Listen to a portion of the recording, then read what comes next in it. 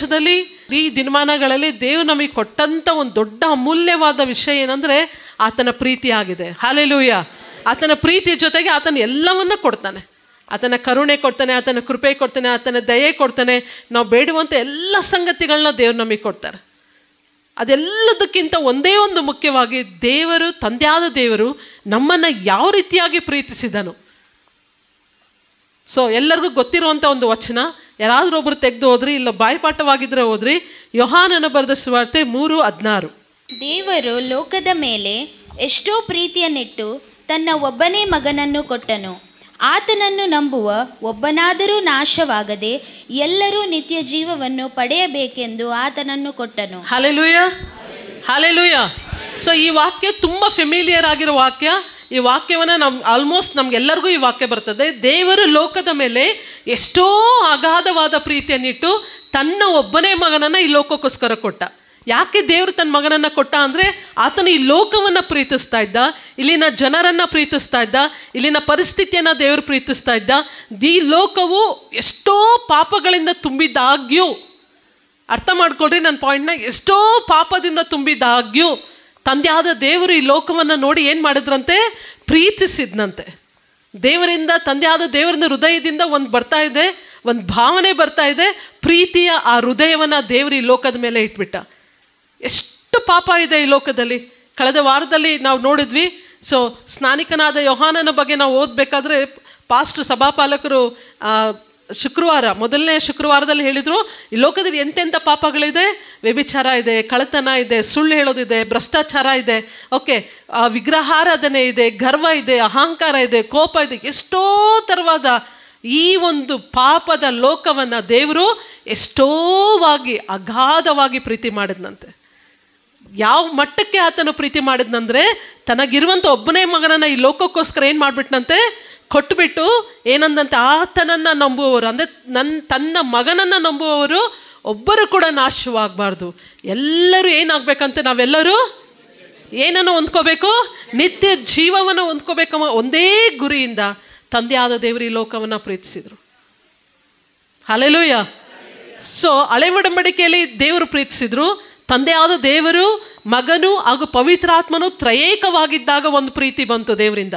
ಅಲ್ಲಿ ದೇವರು ಒಬ್ಬ ಸೃಷ್ಟಿಯ ಮೂಲಕ ದೇವರು ಪ್ರೀತಿಸಿದ್ರು. ಓಕೆ, ಈ ಲೋಕ ಏನಾಗಿದೆ, ಮೊದಲ ಆದಿಕಾಂಡ 1:1 ಏನಿದೆ, ಆದಿಯಲ್ಲಿ ದೇವರು ಆಕಾಶವನ್ನ ಭೂಮಿಯನ್ನ ಉಂಟು ಮಾಡಿದ. ಭೂಮಿ ಹೇಗಿತ್ತಂತೆ, ಕ್ರಮವಿಲ್ಲದೆ ಬರಿದಾಗಿತ್ತು. ಅವಾಗ ಮನುಷ್ಯರಿದ್ರ ಈ ಭೂಮಿ ಮೇಲೆ? ಹೇಳ್ರಿ ಸಿಸ್ಟರ್ಸ್, ಹೇಳ್ರಿ, ಮನುಷ್ಯರಿದ್ರ? ಸೊ ಕ್ರಮವಿಲ್ಲ ಅಂದರೆ ಹೆಂಗಿತ್ತು? ಸುಮ್ಮನೆ ನೀರಿತ್ತು, ಫುಲ್ ಏನಿತ್ತು, ನೀರಿಂದ ತುಂಬಿಕೊಂಡಿತ್ತು. ಯಾವುದು ಕ್ರಮ ಇರಲಿಲ್ಲ, ಯಾವುದು ಕ್ಲೀನಾಗಿರಲಿಲ್ಲ. ಸೊ ದೇವ್ರಿಗೆ ಅನ್ನಿಸ್ತು ಇದು ಕ್ರಮ ಇಲ್ಲ, ಸೊ ನಾನೇನು ಮಾಡಬೇಕು, ಇದನ್ನು ಕ್ರಮಪಡಿಸ್ಬೇಕು. ಸೊ ದೇವ್ರೇನು ಮಾಡಿದ್ರು, ನೀರನ್ನು, ಭೂಮಿಯನ್ನು ಬೇರೆ ಬೇರೆ ಮಾಡಿದ್ರು. ಎಲ್ಲ ಸೃಷ್ಟಿಗಳನ್ನು ದೇವರಿಟ್ರು. ಪ್ರಾಣಿ, ಪಕ್ಷಿ, ಗಿಡ, ಮರ ಎಲ್ಲವನ್ನ ದೇವ್ರು ಸೃಷ್ಟಿ ಮಾಡ್ದ. ನೀರನ್ನು ಭೂಮಿಯಿಂದ ಸಪ್ರೇಟ್ ಮಾಡಿ ಏನು ಮಾಡ್ದ, ಭೂಮಿಗೆ, ಒಣ ನೆಲಕ್ಕೆ ಭೂಮಿ ಅಂತ ಹೆಸರಿಟ್ಟು, ಸಮುದ್ರದಲ್ಲಿ ಏನೇನು ಬೇಕು ಇವಾಗ ಹಂಗಂದ್ರೆ ದೇವರಿಗೆ, ಅಲ್ಲೂ ಕೂಡ ಏನು ಮಾಡ್ದ ದೇವರು, ಅಲ್ಲೂ ಕೂಡ ಸೃಷ್ಟಿಗಳನ್ನು ಸೃಷ್ಟಿ ಮಾಡಿ ಇವಾಗ ನೋಡ್ದ ದೇವರು. ಇವಾಗ ಭೂಮಿ ಚೆನ್ನಾಗಿ ಕಾಣಿಸ್ತಾ ಇದ್ದಾನೆ ದೇವರಿಗೆ, ವಾವ್, ನೀಟಾಗಿ ಕಾಣಿಸ್ತಾ ಇದೆ. ಸೊ ಇಲ್ಲೊಂದು ಕೊರತೆ ಇತ್ತು, ಒಬ್ಬ ಮನುಷ್ಯನ ಕೊರತೆ ಇತ್ತು. ಸೊ ದೇವರು ಆ ರೀತಿಯಾಗಿ ಸೃಷ್ಟಿಯನ್ನು ಪ್ರೀತಿಸ್ದ. ಒಬ್ಬ ಮನುಷ್ಯನನ್ನು ಇಟ್ಟ, ಅಲ್ಲಿ ಕಾಯೋದಕ್ಕೆ ಇಟ್ಟ, ಅವನಿಗೆ ಸಂಗಾತಿ ಬೇಕು ಅಂತ ಅವಳನ್ನು ಇಟ್ಟ. ಸೊ ದೇವರು, ಗಾಡ್ ವಾಸ್ ವೆರಿ ಹ್ಯಾಪಿ. ದೇವರು ಆ ರೀತಿಯಾಗಿ ಸೃಷ್ಟಿಯನ್ನು ಪ್ರೀತಿಸ್ದ. ಆಮೇಲೆ ಸೃಷ್ಟಿ ಸರಿ ಹೋಯ್ತಾ? ಎಲ್ಲ ಚೆನ್ನಾಗಿ ಆಗ್ತಾ ಇತ್ತಾ? ಇಲ್ಲ, ಅಲ್ಲೇನು ಬಂತು, ಪಾಪ ಬಂತು. ಸೊ ದೇವರು ಯಾವುದನ್ನು ಹೇಟ್ ಮಾಡ್ತಾ ಇದ್ರು ಅಲ್ಲಿ ಪಾಪ ಎಂಟ್ರಿ ಆಯಿತು, ಅಲ್ಲಿಂದ ಸಂತಾನಗಳು ಬೆಳೆಯಿತು. ಸೊ ದೇವ್ರು ಮತ್ತೆ ಡಿಸೈಡ್ ಮಾಡಿದ್ರು, ಇದ್ಯಾಕೋ ಸರಿ ಹೋಗ್ತಾ ಇಲ್ಲ, ಇದ್ಯಾಕೋ ಸರಿ ಹೋಗ್ತಾ ಇಲ್ಲ, ಎಲ್ಲೋ ಮಿಸ್ಟೇಕ್ ಆಗ್ತಿದೆ. ಸೊ ಮತ್ತೆ ತಿರ್ಗಾ ದೇವ್ರು ಹುಡುಕ್ತಾ ಬಂದರು. ಒಬ್ಬ ಮನುಷ್ಯನನ್ನು ಹುಡುಕಿದ್ರು. ಯಾರು ಅವನು? ಯಾರು ಆ ಒಬ್ಬ ನೀತಿ ಉಳ್ಳ ಮನುಷ್ಯನ ಯಾರಾಗಿದ್ನೋ? ಅಬ್ರಹಾಮನನ್ನು ದೇವ್ರು ಹುಡುಕಿದ್ರು. ಮತ್ತೆ ಓಕೆ, ಒಬ್ಬ ಮನುಷ್ಯನನ್ನು ನಾನು ಪ್ರೀತಿ ಮಾಡ್ತೀನಿ, ಅವನ ಖಾರಾನ್ ಪಟ್ಟಣದಿಂದ ಕಾನಾನ್ ದೇಶಕ್ಕೆ ಕರ್ಕೊಂಬಂದರು. ದೇವರು ಅವನ ಸಂತತಿಯನ್ನು ನಾನು ಪ್ರೀತಿಸ್ಬೇಕು, ಅಬ್ರಹಾಮನನ್ನು ಆಶೀರ್ವದಿಸ್ಬೇಕು, ಅವನನ್ನು ಪ್ರೀತಿಸ್ಬೇಕು, ಅವನ ಕುಟುಂಬವನ್ನು ಪ್ರೀತಿಸ್ಬೇಕು, ಅವನ ಮಕ್ಕಳು, ಅವನ ಮೊಮ್ಮಕ್ಕಳನ್ನೆಲ್ಲನ್ನ ನಾನು ಪ್ರೀತಿಸ್ಬೇಕು. ಇಸಾಕನನ್ನು ದೇವ್ರು ಪ್ರೀತಿಸ್ದ, ತನಗೆ 2 ಮಕ್ಕಳನ್ನು ಕೊಟ್ಟ, ಅಲ್ಲಿಂದ ಯಾಕೋಬನಿಗೆ 12 ಕುಲಗಳನ್ನು ಕೊಟ್ಟ. ಈಗ ಒಬ್ಬ ಮನುಷ್ಯ ಇದ್ದದ್ದನ್ನು ದೇವರು ಏನನ್ನು ಪ್ರೀತಿಸ್ತಾ ಇದ್ದಾನೀಗ? ಜನಾಂಗವನ್ನು ಪ್ರೀತಿಸ್ದ. ಅವ್ರು 400 ವರ್ಷ ಐಗುಪ್ತ ದೇಶದಲ್ಲಿ ಇದ್ರು. ಆ ಜನಾಂಗವನ್ನು ದೇವರು ಅತಿಯಾಗಿ ಪ್ರೀತಿಸ್ಬಿಟ್ಟ.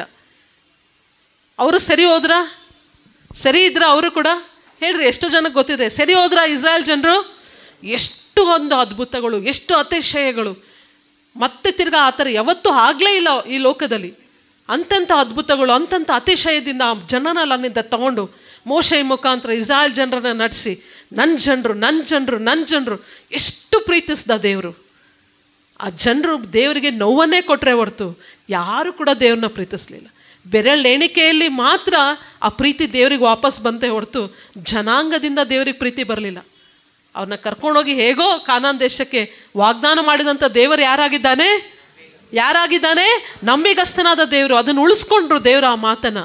ಅಬ್ರಹಾಮನಿಗೆ ನಂಬಿಗಸ್ತನಾಗಿದ್ದ ದೇವರು, ಈಸಾಕನಿಗೆ ನಂಬಿಗಸ್ತನಾದ, ಯಾಕೋಬನಿಗೆ ನಂಬಿಗಸ್ತನಾದ, ಯೋಸೇಫನಿಗೆ ನಂಬಿಗಸ್ತನಾದ ದೇವರು. ಅವ್ರನ್ನೆಲ್ಲನ್ನ ಪ್ರೀತಿ ಮಾಡಿದಂಥ ದೇವರು. ಅವ್ರಿಗೆ ನಾನು ವಾಗ್ದಾನ ಮಾಡಿದ್ದೀನಿ, ಆ ಪ್ರೀತಿನ ನಾನು ಏನು ಮಾಡಬೇಕು? ಉಳಿಸ್ಕೋಬೇಕು ಅಂತೇಳಿ ಇಸ್ರಾಯೇಲ್ ಜನರನ್ನು ಕಾನಾನ್ ದೇಶಕ್ಕೆ ಕರ್ಕೊಂಡೋಗಿ ಸೇರಿಸಿದ. ಸರಿ ಹೋದ್ರ ಅವರಲ್ಲಿ? ಸರಿ ಹೋದ್ರ ಇಲ್ಲ? ಜೋರಾಗಿ ಆನ್ಸರ್ ಕೊಡ್ರಿ. ಸರಿ ಹೋದ್ರ ಇಲ್ಲ? ಇಸ್ರಾಯೇಲ್ ಜನರು ಸರಿ ಹೋಗಲೇ ಇಲ್ಲ. ಮತ್ತೆ ಏನು ಮಾಡಿದ್ರು? ವಿಗ್ರಹಾರಾಧನೆ ಮಾಡಿದ್ರು, ಅನ್ಯ ದೇಶದ ಹೆಣ್ಮಕ್ಳನ್ನ ಮದುವೆ ಆದರು. ಆ ಸಂಪ್ರದಾಯಗಳನ್ನು, ಆ ಆಚಾರ ವಿಚಾರಗಳನ್ನು ದೇವರಿಗೆ ಯಾವುದು ದೇವರು ಬಹಳವಾಗಿ ಹೇಟ್ ಮಾಡ್ತಾಯಿದ್ರು, ಇಷ್ಟಪಡ್ತಾ ಇರಲಿಲ್ವ, ಅದೇ ಕೆಲಸವನ್ನು ತಾನು ಪ್ರೀತಿ ಮಾಡಿದ ಜನರು ಮಾಡ್ತಾಯಿದ್ರು. ದೇವ್ರಿಗೆ ಭಾಳ ಮನಸ್ಸಿಗೆ ನೋವಾಗ್ಬಿಡ್ತು. ಏನು ಮಾಡಬೇಕೀಗ ಇವ್ರನ್ನ? ನಾನು ವಾಗ್ದಾನ ಮಾಡಿಬಿಟ್ಟಿದ್ದೀನಲ್ಲ ಅಬ್ರಹಾಮನನ್ನು, ನಿನ್ನ ಸಂತತಿಯನ್ನು ನಾನು ಹೆಂಗೆ ಮಾಡ್ತೀನಿ? ಮರಳಿನಷ್ಟು ಮಾಡ್ತೀನಿ. ನಿನ್ನ ಸಂತತಿಯನ್ನು ನಕ್ಷತ್ರ ನೋಡು, ಅಲ್ಲಿ ಅದು ಎಣಿಸ್ಲಿಕ್ಕೆ ಸಾಧ್ಯ ಇಲ್ಲ, ಹಾಗೆ ಮಾಡ್ತೀನಿ ಅಂತ ಹೇಳ್ಬಿಟ್ರು ದೇವರು. ಇನ್ನೊಂದು ಒಡಂಬಡಿಕೆ ಮಾಡಿದ್ರು, ನೋಹನಿಗೆ ಒಡಂಬಡಿಕೆ ಮಾಡಿದ್ರು, ಇನ್ನು ಮುಂದೆ ನಾನು ಏನು ಮಾಡಲ್ಲ, ಜನರನ್ನ ನಾಶ ಮಾಡೋದಿಲ್ಲ ಅಂತ. 2 ಒಡಂಬಡಿಕೆಗಳು ದೇವ್ರ ತಲೆಯಲ್ಲಿತ್ತು.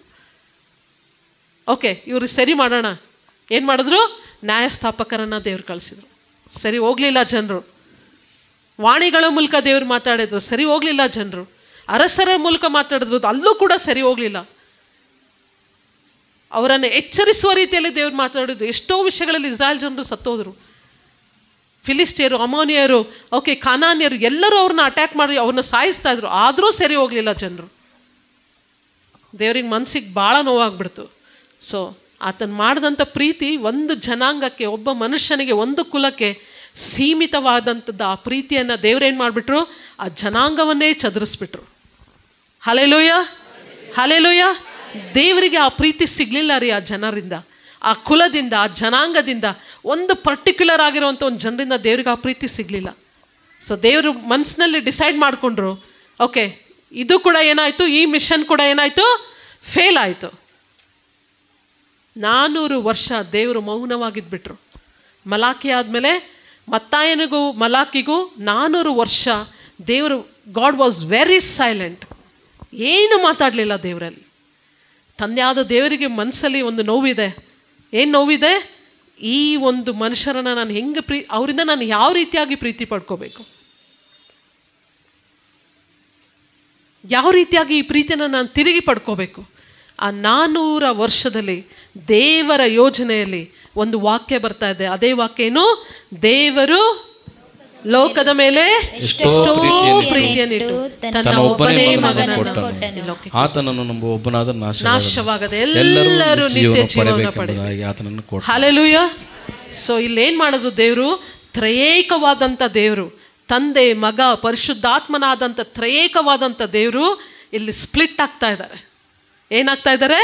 ಸ್ಪ್ಲಿಟ್ ಆಗ್ತಾ ಇದ್ದಾರೆ.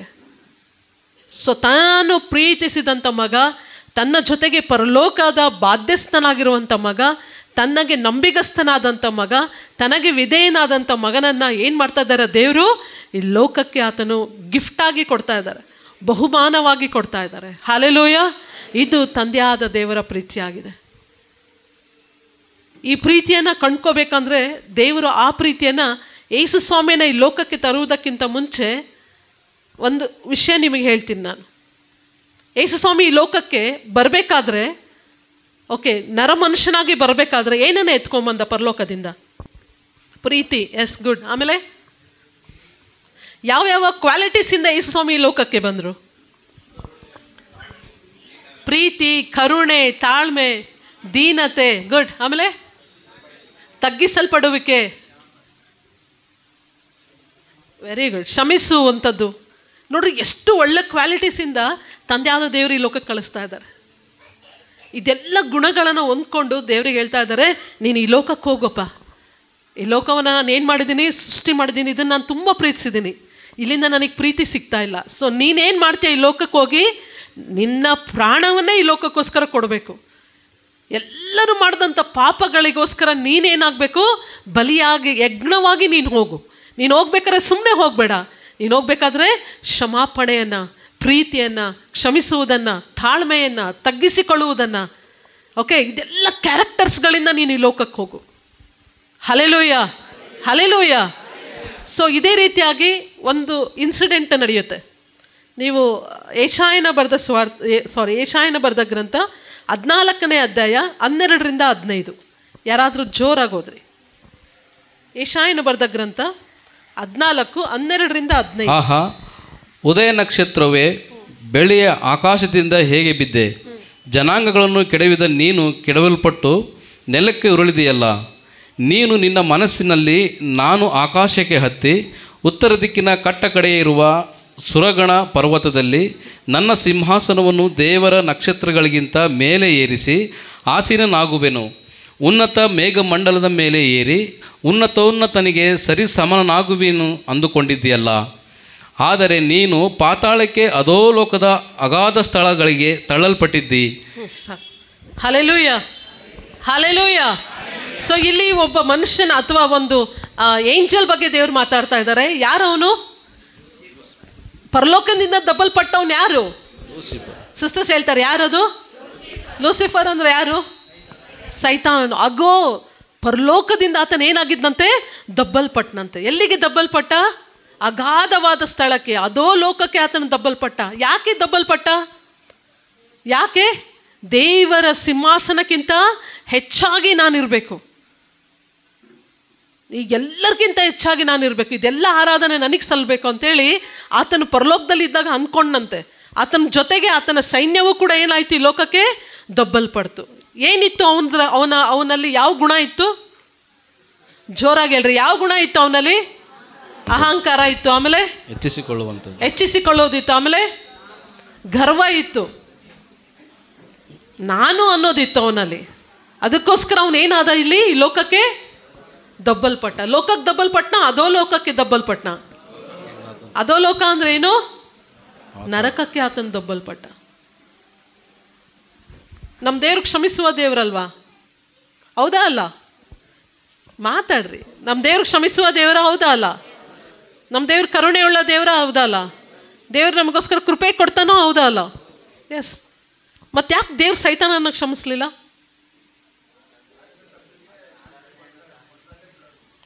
ಕೊಡದಲ್ಲೇ ಬಿಡೋದಿಲ್ಲ, ಕೊಟ್ಟು ಕ್ಷಮಿಸ್ಬೋದಿತ್ತಲ್ಲ ದೇವರು.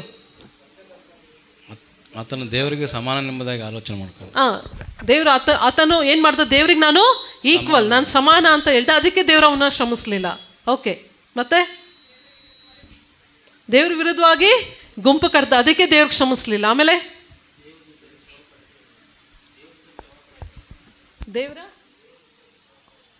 ದೇವರ ದೂತರಲ್ಲಿ ಕ್ಷಮಾಪಣೆ ಇಲ್ಲ. ಆಮೇಲೆ ಅವನಲ್ಲಿ ಪಶ್ಚಾತ್ತಾಪವಿಲ್ಲ. ಆಮೇಲೆ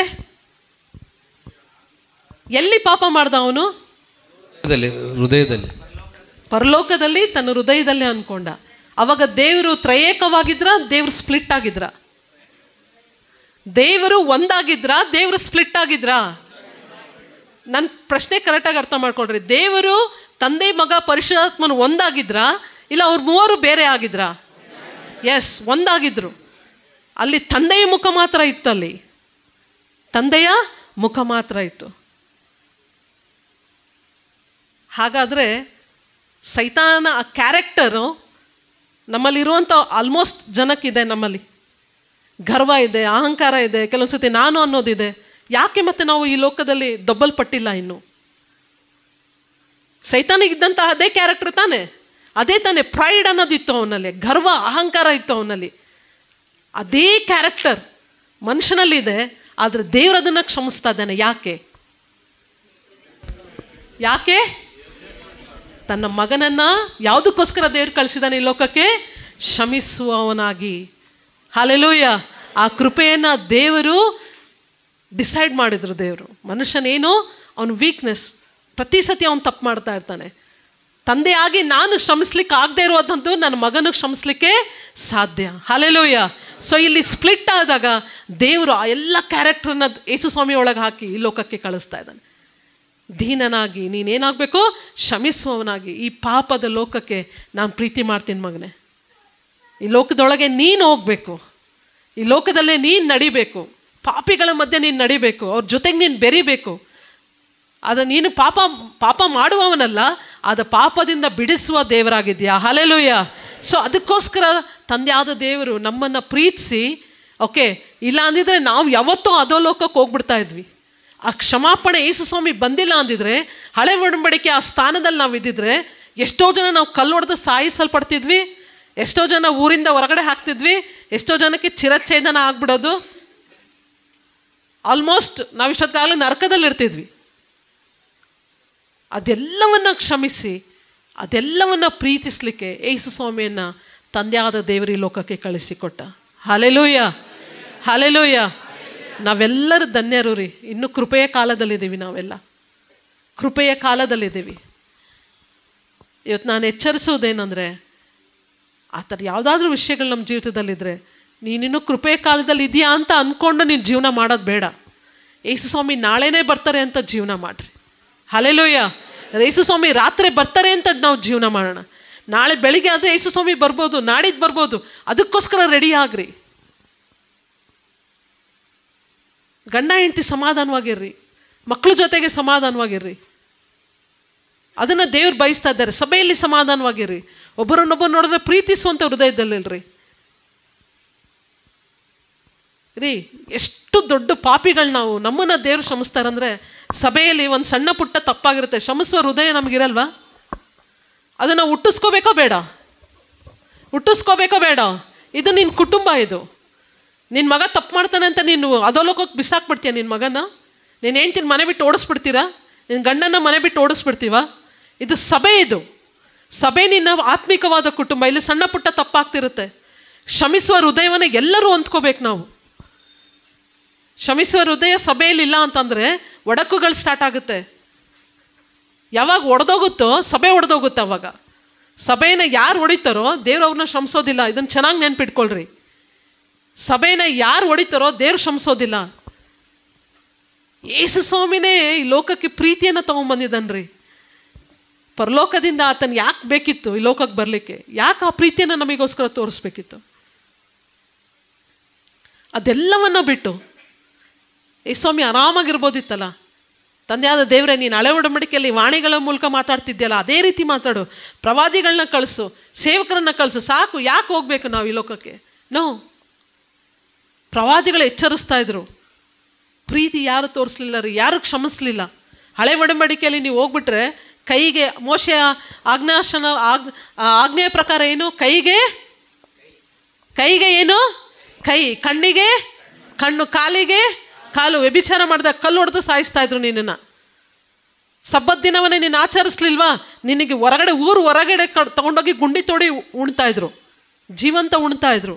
ನೀನು ಪಾಪ ಮಾಡಿದ್ಯಾ, ನಿನ್ನ ಕುಟುಂಬ ಸಮೇತವಾಗಿ ಬೆಂಕಿ ಹಚ್ಚಿ ಸುಡ್ತಾ ಇದ್ರು. ಎಷ್ಟು ಜನ ತಪ್ಪಿಸ್ಕೊಂಡಿದ್ದೀವಿ ನಾವು ಚರ್ಚಿಗೆ?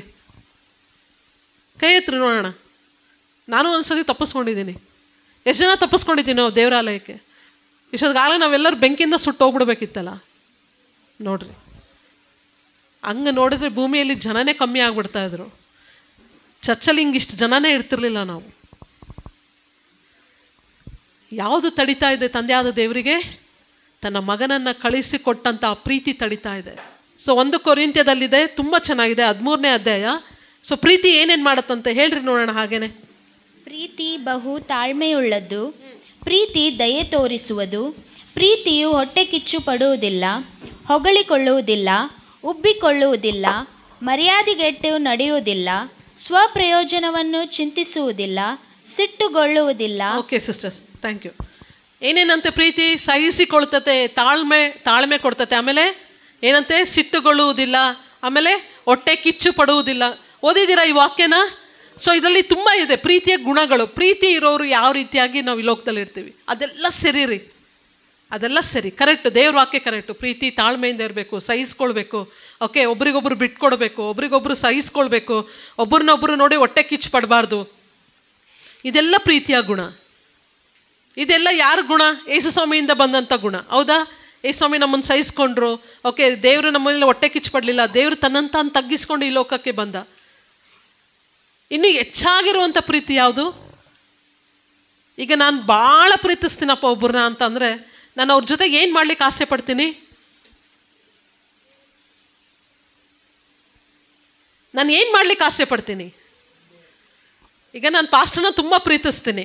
ನಾನು ಪಾಸ್ಟ್ರು ಇವಾಗ ಒಂದೊಂದು ವಾರ ಹೋದರೆ ತುಂಬ ಬೇಜಾರಾಗುತ್ತೆ. ಅಂದರೆ ನಾನು ಏನನ್ನ ಕಳ್ಕೊತಾ ಇದ್ದೀನಿ? ಭಾಳ ಪ್ರೀತಿಸೋರನ್ನ ನಾವು ಜೊತೆಗಿರಬೇಕು ಅಂತ ಆಸೆ ಪಡ್ತೀವಿ. ಮತ್ತೆ ಅಷ್ಟೇನಾ? ಜೊತೆಗಿದ್ರೆ ಸಾಕು, ಸುಮ್ಮನೆ ಹಿಂಗೆ ಸಾಕ? ಇಷ್ಟೇ ಸಾಕ? ಬೆಳಗ್ಗೆ ಮುಖ ತೊಗೊಂಡು ನೋಡೋದು, ಮಲ್ಕೊಳೋದು, ಇಷ್ಟೇ ಸಾಕ?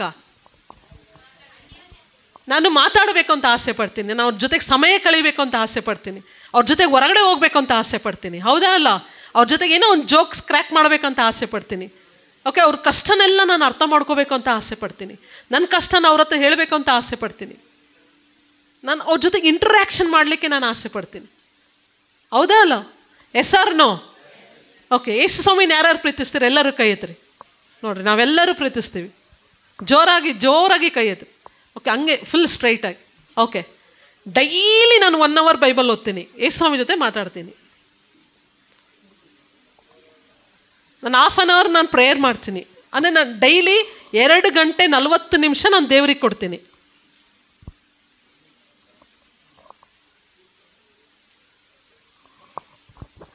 ನೋಡ್ರಿ ಎಷ್ಟು ಬೆರಳು ಎಣಿಕೆಲ್ಲ. 1 2 3 4 5 6 7 ನಾವು ಆಲ್ಮೋಸ್ಟ್ ಇಲ್ಲಿ ಒಂದು 100 ಜನ ಇದ್ದೀವಿ. ಸೊ ಕೈ ಎಷ್ಟು ಬರ್ತಾ ಇದೆ ಅಂದರೆ 8 ರಿಂದ 10 ಜನ. ಉಳಿದವ್ರು ನಾವು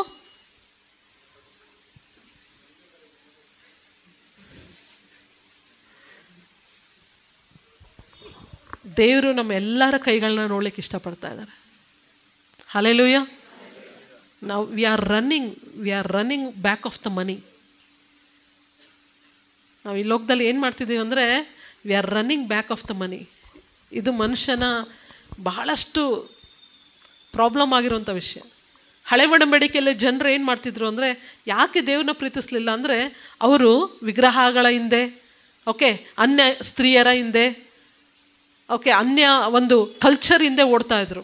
ಅದಕ್ಕೆ ದೇವ್ರಿಗೆ ಅವ್ರ ಕೈಗೆ ಸಿಗಲಿಲ್ಲ. ಇವಾಗ ಅದೆಲ್ಲ ಇಲ್ಲ. ನಾವು ವಿಗ್ರಹ ಆರಾಧನೆ ಮಾಡಲ್ಲ. ನಾವೇನು ಮಾಡಲ್ಲ? ವಿಗ್ರಹ ಆರಾಧನೆ ನಾವು ಅದರಿಂದ ಎಲ್ಲ ಹೊರಗಡೆ ಬಂದಿದ್ದೀವಿ. ನಾವು ಯಾವ ಟೆಂಪಲ್ಗೆ ಹೋಗಲ್ಲ. ಅದನ್ನು ಬಯಸ್ತಾ ಇಲ್ಲ ರೀ ದೇವರು.